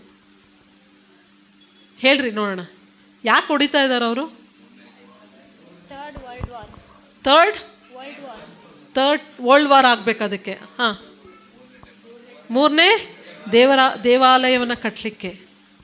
ಇಸ್ರಾಯೇಲ್ ದೇಶ ಮಧ್ಯ ಇದೆ, ಅದು ಸುತ್ತಲೂ ವೈರಿಗಳೇ ಇದ್ದಾರೆ. ಈಗ ಅದಕ್ಕೆ ಅವ್ರು ಏನು ಮಾಡ್ತಿದ್ದಾರೆ? ಪ್ಲ್ಯಾನ್ ಮಾಡ್ತಾ ಇದ್ದಾರೆ. ಇವ್ರನ್ನೆಲ್ಲರನ್ನೂ ನಾವೇನು ಮಾಡಬೇಕು? ಹೊಡೆದು ಏನು ಮಾಡಬೇಕು? ಇವ್ರನ್ನ ನಿಲ್ ಮಾಡಬೇಕು. ಆವಾಗಷ್ಟೇ ನಾವು ದೇವರ ಆಲಯವನ್ನು ಕಟ್ಟಲಿಕ್ಕೆ ಸಾಧ್ಯ. ಇದನ್ನೊಂದು ಸತಿ ಹೇಳಿದ್ದೆ ಅನಿಸುತ್ತೆ. ಚೆನ್ನಾಗಿ ಕಿವಿಗೊಟ್ಟು ಕೇಳ್ರಿ. ಎಲ್ಲರೂ ಕಿವಿ ಐತಾ? ಓಕೆ, ಕ್ಲೀನಾಗಿ ಕಿವಿಗೊಟ್ಟು ಕೇಳ್ರಿ. ಮೊದಲನೇ ದೇವಾಲಯ ಸಾಲೋಮೋನನ ಕಟ್ಟಿದ್ದು, ಅದು ಡೆಸ್ಟ್ರಾಯ್ ಆಯಿತು, ಅದೆಲ್ಲವೂ ಕೆಡವಲ್ಪಡ್ತು, ಎಲ್ಲನೂ ಎತ್ಕೊಂಡು ಹೋಗ್ಬಿಟ್ರು. ಓಕೆ, ಎರಡನೇ ದೇವಾಲಯ ಹೆರೋದನ ಕಟ್ಟಿದ್ದು, ಅದು ಕೂಡ ಕ್ಯಾಲಿಫರು ಅವರು ಇವರು ಎಲ್ಲರೂ ಬಂದು ತುಳಿದು ಅದನ್ನು ಕೂಡ ಹಾಳು ಮಾಡಿದರು. ಈಗ ಅವರಿಗೆ ದೇವಾಲಯ ಇಲ್ಲ, ಒಂದೇ ಒಂದು ಗೋಡೆ ಇದೆ. ಆ ಗೋಡೆಯ ಮೇಲೆ ಅವರು ತಲೆಯನ್ನು ಬಡ್ಕೊಂಡು ಮೆಸ್ಸಿಯ ನೀನು ಯಾವಾಗ ಬರ್ತೀಯಾ ಅಂತ ಪ್ರಾರ್ಥಿಸ್ತಾ ಇದ್ದಾರೆ. ಮೆಸ್ಸಿಯನು ಬರ್ತಾನೆ ಖಂಡಿತ, ಆ ಜನರಿಗೋಸ್ಕರ ಅಲ್ಲ, ನನಗೋಸ್ಕರ. ಹಲ್ಲೆಲೂಯಾ ಹೇಳ್ರಿ, ನನಗೋಸ್ಕರ ಈ ಸ್ವಾಮಿ ಬರ್ತಾರೆ. ಓಕೆ, ಅವರು ಕಳ್ಕೊಂಡಿದ್ದನ್ನು ದೇವ್ರು ನನಗೆ ಕೊಟ್ಟಿದ್ದಾರೆ. Hallelujah hallelujah. ತಂದೆಯಾದ ದೇವರು ಅವರನ್ನು ಪ್ರೀತಿಸಿ, ಅವರು ಅದನ್ನು ದೇವರನ್ನ ಪ್ರೀತಿಸದೆ ಹೋದರೆ, ಯೇಸುವನ್ನು ಅವರು ಪ್ರೀತಿಸಲಿಲ್ಲ, ಅದು ಕಳ್ಕೊಂಡಿದ್ದನ್ನು ದೇವ್ರು ನನಗೆ ಕೊಟ್ಟಿದ್ದಾರೆ. ಹಲ್ಲೆಲೂಯಾ. ಏ ಸ್ವಾಮಿ ನನಗೋಸ್ಕರ ಬರ್ತಿದ್ದಾನೆ, ನನಗೋಸ್ಕರ, ನನ್ನ ಮಕ್ಕಳಿಗೋಸ್ಕರ, ನನ್ನ ಸಭೆಗೋಸ್ಕರ ಮೆಸ್ಸೇಯನಾಗಿ ಆತನು ಬರ್ತಾನೆ. ಹಲ್ಲೆಲೂಯಾ. ನಾನು ಗೋಡೆಗೆ ಚಚ್ಕೊಳೋಳಲ್ಲ, ನಾನು ದೇವರ ಆಲಯದಲ್ಲಿ ಬಂದು ಮೊಣಕಾಲೆತ್ತಿ ನನ್ನ ಕೈಗಳನ್ನು ಎತ್ತುವವಳಾಗಿದ್ದೇನೆ. ಹಲ್ಲೆಲೂಯಾ. ಆ ಒಂದು ಪ್ರಕಟಣೆ ನಮಗಿದೆ, ಆ ಒಂದು ಬಲವಾಗಿರುವಂಥ ನಂಬಿಕೆ ನನಗಿದೆ. ನಾನಿವತ್ತು ಸತ್ರು ನಾನು ಪರಲೋಕದಲ್ಲಿ ಇರ್ತೀನಿ ಅನ್ನೋ ನಂಬಿಕೆ ನನಗಿದೆ. ಹಲ್ಲೆಲೂಯಾ. ಆದರೆ ಅವರು ಗೋಡೆ ಕಡೆ ತಿರ್ಕೊಂಡು ಏನು ಮಾಡ್ತಿದ್ದಾರೆ? ಪ್ರಾರ್ಥನೆ ಮಾಡ್ತಾ ಇದ್ದಾರೆ. ದಾವೀದನ ಎಲ್ಲ ಕೀರ್ತನೆಗಳನ್ನು ಓದಿ ಪ್ರಾರ್ಥಿಸ್ತಾ ಇದ್ದಾರೆ. ಮೆಸ್ಸಿಯ ನೀನು ಯಾವಾಗ ಬರ್ತೀನಿ, ನಮ್ಗೆ ಯಾವಾಗ ಬಿಡುಗಡೆ ಸಿಗ್ತದೆ ಅಂತ. ಮೆಸ್ಸಿಯ ಬಂದೇ ಬರ್ತಾನೆ, ಖಂಡಿತವಾಗಿ ಬಿಳಿ ಕುದುರೆ ಮೇಲೆ ಆತನು ಬಂದೇ ಬರ್ತಾನೆ. Hallelujah hallelujah. ಚೆನ್ನಾಗಿ ಕೇಳಿಸ್ಕೊಳ್ರಿ, ಈಗ ಆಲ್ರೆಡಿ ಆಲಯಕ್ಕೆ ಎಲ್ಲವೂ ಸಿದ್ಧವಾಗಿದೆ. ಓಕೆ, 5 ದನಗಳು ಸಿದ್ಧವಾಗಿದೆ, ಅದು ಕೆಂಪು ಕಲರ್ದೆ, ಅಲ್ಲಿ ಯಾವುದು ಕೂಡ ವೈಟ್ ಪ್ಯಾಚಸ್ ಇರೋ ಹಾಗಿಲ್ಲ, ಒಂದು ಕಪ್ಪದು ಒಂದು ಚುಕ್ಕೆ ಇರೋ ಹಾಗಿಲ್ಲ, ಅದು ಕೂಡ ರೆಡಿಯಾಗಿದೆ, ದೊಡ್ಡದಾಗಿದೆ. ಈಗ ಅದು ಗಮನವಿಟ್ಟು ಕೇಳ್ರಿ, ದೇವರ ಆಲಯ ಕಟ್ಟಲ್ಪಡ್ತದೆ, ಯಹೂದ್ಯರ ಆಲಯವು ಕಟ್ಟಲ್ಪಡ್ತದೆ. ದೇವರ ಆಲಯ ಅನ್ನೋದಕ್ಕಿಂತ ಅದು ಯಹೂದ್ಯರ ಆಲಯ, ಅದು ಕಟ್ಟಲ್ಪಡ್ತದೆ. ಕಟ್ಟಲ್ಪಡುವುದಕ್ಕಿಂತ ಮುಂಚೆ ನಾವೇನಾಗ್ತೀವಿ? ಎತ್ತಲ್ಪಡ್ತೀವಿ. ನಾವು ನೋಡೋದಿಲ್ಲ ರೀ ಅದನ್ನು. ಹೇಳ್ರಿ, ನಾನು ನೋಡೋದಿಲ್ಲ ಅದನ್ನು, ನನ್ನ ಮಕ್ಕಳು, ನನ್ನ ಕುಟುಂಬ ನೋಡೋದಿಲ್ಲ ಅದನ್ನು, ನನ್ನ ಸಭೆ ನೋಡೋದಿಲ್ಲ ಅದನ್ನು. Hallelujah hallelujah. ಅದು ಕಟ್ಟಿದ ತಕ್ಷಣ ನಾವೆಲ್ಲರೂ ಎತ್ತಲ್ಪಡ್ತೀವಿ. ಅಲ್ಲಿ ಯಾರು ಬಂದು ಕೂಡ್ತಾರೆ ಗೊತ್ತಾ? ಲೂಸಿಫರನ್ನು ಬಂದು ಕೂಡ್ತಾನೆ. ಅಲ್ಲಿಂದ ಈ ಲೋಕಕ್ಕೆ ಬರೀ 7 ವರ್ಷಗಳಷ್ಟೇ ಕಾಲ. ಚೆನ್ನಾಗಿ ತಲೆಯಲ್ಲಿ ಇಟ್ಕೊಳ್ರಿ, ಅಲ್ಲಿಂದ ಈ ಲೋಕಕ್ಕೆ 7 ವರ್ಷಗಳಷ್ಟೇ. ಅದಾದ ನಂತರ ದೇವರ ನ್ಯಾಯಾಧಿಪತಿಯಾಗಿ ಬಿಳಿ ಕುದುರೆ ಮೇಲೆ ಆತನು ಬರಲಿಕ್ಕಿದ್ದಾನೆ. ಅಗ್ನಿಯ ಕಣ್ಣುಗಳನ್ನು ಹಿಡ್ಕೊಂಡು, ಬಾಯಿಯಲ್ಲಿ ಕತ್ತಿಯನ್ನು ಹಿಡ್ಕೊಂಡು ನ್ಯಾಯವನ್ನು ಸ್ಥಾಪಿಸ್ಲಿಕ್ಕೋಸ್ಕರ ದೇವರು ಈ ಲೋಕಕ್ಕೆ ಬರ್ತಾನೆ. ಅಲ್ಲಿ ತನಕ ಅಷ್ಟೇ ಆ ಕೃಪೆಯ ಕಾಲ. ನಾವು ಎತ್ತಲ್ಪಟ್ಟಿದ ತಕ್ಷಣ ಆ ಕೃಪೆ, ಆ ಪ್ರೀತಿ ಎಲ್ಲವೂ ನಮ್ಮ ಜೊತೆಗೆ ಮೇಲಕ್ಕೆ ಎತ್ತಲ್ಪಡ್ತದೆ. ಹಲ್ಲೆಲೂಯಾ. ಯಾಕಂದರೆ ಕೃಪೆಯನ್ನು ಹೊಂದ್ಕೊಂಡಂಥ ನಾವು ಜನರು, ನಾವು ಕೈ ಬಿಡಲ್ಪಟ್ಟಿಲ್ಲ ಅಂದರೆ ಆ ಕೃಪೆ ನಮ್ಮ ಜೊತೆಗೆ ಬರ್ತದೆ. Hallelujah hallelujah. ಆ ಕೃಪೆಯನ್ನು ಹೊಂದ್ಕೊಂಡಂಥ, ಆ ಪ್ರೀತಿಯನ್ನು ಹೊಂದಿಕೊಂಡಂಥ ನಾವು ಈ ಲೋಕದಲ್ಲಿ ಇಲ್ಲ ಅಂದಮೇಲೆ ಈ ಲೋಕದಲ್ಲಿ ಏನು ಉಳಿಯುತ್ತೆ? ಪ್ರೀತಿ ಇರುತ್ತಾ ಈ ಲೋಕದಲ್ಲಿ? ಕರುಣೆ ಇರುತ್ತಾ? ಏನೂ ಇರಲ್ಲ ರೀ. ಇಲ್ಲಿ ಸೈತಾನನ ಸಾಮ್ರಾಜ್ಯ ಪ್ರಾರಂಭವಾಗ್ತದೆ. ಅದನ್ನು ಪಾಸ್ಟರ್ ನಿಮಗೆ ಪ್ರಕಟಣೆ ಗ್ರಂಥ ಸ್ಟಾರ್ಟ್ ಮಾಡಿದ್ದಾರೆ. ವೆರಿ ಇಂಟ್ರೆಸ್ಟಿಂಗ್ ಸಬ್ಜೆಕ್ಟ್ ಅದು. ದಯವಿಟ್ಟು ಯಾರೂ ತಪ್ಪಿಸ್ಬೇಡ್ರಿ. ಈಗ ನಮಗೆ ಬೇಕೀಗ ಅಂತ್ಯಕಾಲದಲ್ಲಿ ನಮ್ಮನ್ನು ನಾವು ಎಚ್ಚರಿಸ್ಕೊಳ್ಳಿಕ್ಕೆ ಬೇಕು. ಇವತ್ತು ನನ್ನ ಸಂದೇಶ ಕೂಡ ಅದೇ, ನಿಮ್ಮನ್ನೆಲ್ಲರನ್ನ ಎಚ್ಚರಿಸುವಂಥದ್ದು. ನನ್ನನ್ನು ನಾನು ಎಚ್ಚರಿಸ್ಕೋಬೇಕು. ಹೇಳ್ರಿ, ನನ್ನನ್ನು ನಾನು ಎಚ್ಚರಿಸ್ಕೋಬೇಕು. ಯಾರಿಗೂ ಬೆಟ್ಟು ಮಾಡಿ ತೋರಿಸೋವಂಥ ಅವಶ್ಯಕತೆ ಇಲ್ಲ ಇಲ್ಲಿ. ಯಾರಿಗೂ ಬೆಟ್ಟು ಮಾಡಿ ತೋರಿಸ್ಬೇಡ್ರಿ. ನಾನೆಷ್ಟು ಪರಿಶುದ್ಧವಾಗಿ ಜೀವಿಸ್ತಾ ಇದ್ದೀನಿ, ಅದಕ್ಕೆ ನಾನು ನಂಬಿಗಸ್ತನಾಗಿ ಜೀವಿಸ್ತಾ ಇದ್ದೀನ, ನಂಬಿಗಸ್ತಳಾಗಿ ಜೀವಿಸ್ತಾ ಇದ್ದೀನ. ಕೃಪೆ ಪ್ರೀತಿ ಅನ್ನೋದು ಒಂದು ಲೈಸೆನ್ಸ್, ಅದು ಲೈಫ್ ಟೈಮ್ ತನಕ ಇರುತ್ತೆ ಅಷ್ಟೇ. ಯೇಸು ಸ್ವಾಮಿ ಲೋಕಕ್ಕೆ ಬರೋ ತನಕ ಇರುತ್ತೆ. ಆಮೇಲೆ ಏನಾಗುತ್ತೆ? ಅದಕ್ಕೆ ವ್ಯಾಲಿಡಿಟಿ ಕಂಪ್ಲೀಟ್ ಆಗಿಬಿಡುತ್ತೆ. ಅದರೊಳಗೆ ಯೇಸು ಸ್ವಾಮಿ ಆ ಪ್ರೀತಿಯನ್ನು ಹೊಂದ್ಕೊಳ್ರಿ. ದೇವರು ಯಾವ ರೀತಿಯಾಗಿ ಲೋಕದ ಮೇಲೆ ತಂದೆಯಾದ ದೇವರ ಪ್ರೀತಿಯನ್ನು ಇಟ್ಟರೋ ಅದೇ ರೀತಿಯಾಗಿ ನಾನು ಕೂಡ ದೇವರನ್ನು ಪ್ರೀತಿಸಬೇಕು. ಒಂದು ಸೈಡ್ ಲವ್ ಆಗಬಾರ್ದು. ಒಂದು ಕಡೆ ಪ್ರೀತಿ ಆದರೆ ಏನಾಗುತ್ತದು? ಒಂದು ಕಡೆ ಪ್ರೀತಿ ಆದರೆ ಏನಾಗುತ್ತದು? ಯಾರಿಗೂ ಗೊತ್ತಿಲ್ಲ. ಒಂದೇ ಸೈಡ್ ಪ್ರೀತಿ ಆದರೆ, ಈಗ ಪಾಸ್ಟರ್ ಅಷ್ಟೇ ನನ್ನನ್ನು ಪ್ರೀತಿ ಬೇರೆಯವ್ರದ್ದು ಬೇಡ ಎಕ್ಸಾಂಪಲ್, ಮತ್ತು ನೋವಾಗ್ಬಿಡೋದು ಬೇರೆಯವ್ರಿಗೆ. ಪಾಸ್ಟರ್ ಅಷ್ಟೇ ನನ್ನನ್ನು ಪ್ರೀತಿಸ್ತಿದ್ದೆ, ನಾನು ಪಾಸ್ಟರ್ಗೆ ಏನು ಹೌದಾ ನಡಿ ಏನು ಆಕಿನ ಮಾಡ್ಕೊಂಡು ತಿನ್ನು ಹಿಂಗಂತ ನಾನು ಪ್ರೀತಿಸದೆ ಹೋದ್ರೆ ಏನಾಗುತ್ತೆ ಅವಾಗ? ಪಾಸ್ಟರ್ಗೆ ನನ್ನ ಗಂಡಂಗೆ 100% ಸಿಟ್ಟು ಬರುತ್ತೆ, ಜಗಳ ಆಗುತ್ತೆ, ಒಡೆದಾಟ ಆಗುತ್ತೆ, ಏನಾಗುತ್ತೆ? ದೂರ ಆಗ್ತೀವಿ. ಇದೇ ಆಗಿದ್ದು ಇಸ್ರಾಯೇಲ್ ಜನರಿಗೂ ದೇವರಿಗೂ.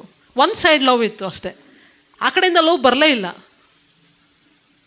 ಯೇಸ್ವಾಮಿ ನಮ್ಮನ್ನು, ನಾನು ಇಷ್ಟೋ ತನಕ ಹೇಳ್ಬಿಟ್ಟೆ, ಈಗ ಯೇಸ್ವಾಮಿ ನಮ್ಮನ್ನು ಪ್ರೀತಿಸಿದ್ದಾರೆ.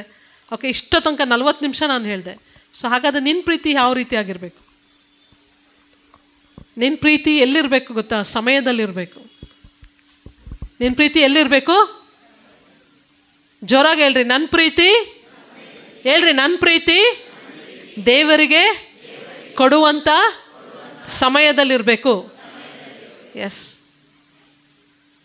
ನಿನ್ನ ಪ್ರೀತಿ ದೇವರಿಗೆ ಕೊಡುವಂಥ ಸಮಯದಲ್ಲಿರಬೇಕು. ನೀವು ಹೆಂಗೆ ನಿಮ್ಮ ದಶಮಾಂಶದಲ್ಲಿ 10% ತೆಗಿತೀರೋ, ನಿಮ್ಮ ಸಮಯದಲ್ಲೂ 10% ತೆಗಿರಿ. 2 ಗಂಟೆ 40 ನಿಮಿಷ ಆಯಿತು. 2 ಗಂಟೆ 40 ನಿಮಿಷ ದೇವ್ರ ಸನ್ನಿಧಾನದಲ್ಲಿ ಕಳೀರಿ. ಆತನಿಗೂ ನೀವು ಪ್ರೀತಿಸಬೇಕು. ಒಂದು ಸೈಡ್ ಲವ್ ಆದರೆ ದೇವ್ರು ಅಕ್ಸೆಪ್ಟ್ ಮಾಡೋದೇ ಇಲ್ಲ. 2 ಕಡೆನೂ ಆ ಪ್ರೀತಿ ಬರಬೇಕು. ಹಲ್ಲೆಲೂಯಾ. 2 ಕಡೆನೂ ನೀವು ದೇವ್ರ ಜೊತೆಗೆ ಮಾತನಾಡಬೇಕು. ವಾಕ್ಯದ ಮುಖಾಂತರ ಮಾತಾಡಬೇಕು. ದೇವರ ಹಾಡುಗಳನ್ನು ಕೇಳಿಸ್ಕೊಂತ ಮುಖಾಂತರ ಮಾತಾಡಬೇಕು. ಪ್ರಾರ್ಥನೆ ಮಾಡೋದ್ರಲ್ಲಿ ದೇವ್ರ ಜೊತೆಗೆ ಮಾತಾಡಬೇಕು. ಆಗಲೆಲ್ಲ ಇದು ಬೇಕು, ನನಗೆ ಇದು ಬೇಕು ಅಂತ ಕೇಳಿಬಿಡ್ರಿ. ದೇವ್ರ ನನ್ನನ್ನು ಎಷ್ಟಾಗಿ ಪ್ರೀತಿಸಿದೆಲ್ಲಪ್ಪ, ಅದಕ್ಕೋಸ್ಕರ ನಾನು ನಿಂಗೆ ಥ್ಯಾಂಕ್ಸ್ ಹೇಳ್ತೀನಿ. Hallelujah, hallelujah. ದೇವ್ರು ಹೇಳಿದ್ರು, ನೀನು ಏನನ್ನಾದರೂ ಕೇಳು, ನಾನು ಏನು ಮಾಡ್ತೀನಿ, ಕೊಟ್ಟು ಬಿಡ್ತೀನಿ ಅಂತ ದೇವ್ರು ಹೇಳ್ಬಿಟ್ರು. ಅದಕ್ಕೋಸ್ಕರ ಆಗಲೆಲ್ಲ ದೇವ್ರ ಹತ್ರ ಅದನ್ನು ಕೇಳ್ತಾ ಇರಬೇಡ್ರಿ. ದೇವ್ರಿಗೆ ನೀವು ಹೇಳ್ರಿ, ದೇವ್ರನ್ನ ನೀವು ಹೊಗಳಿಸ್ರಿ.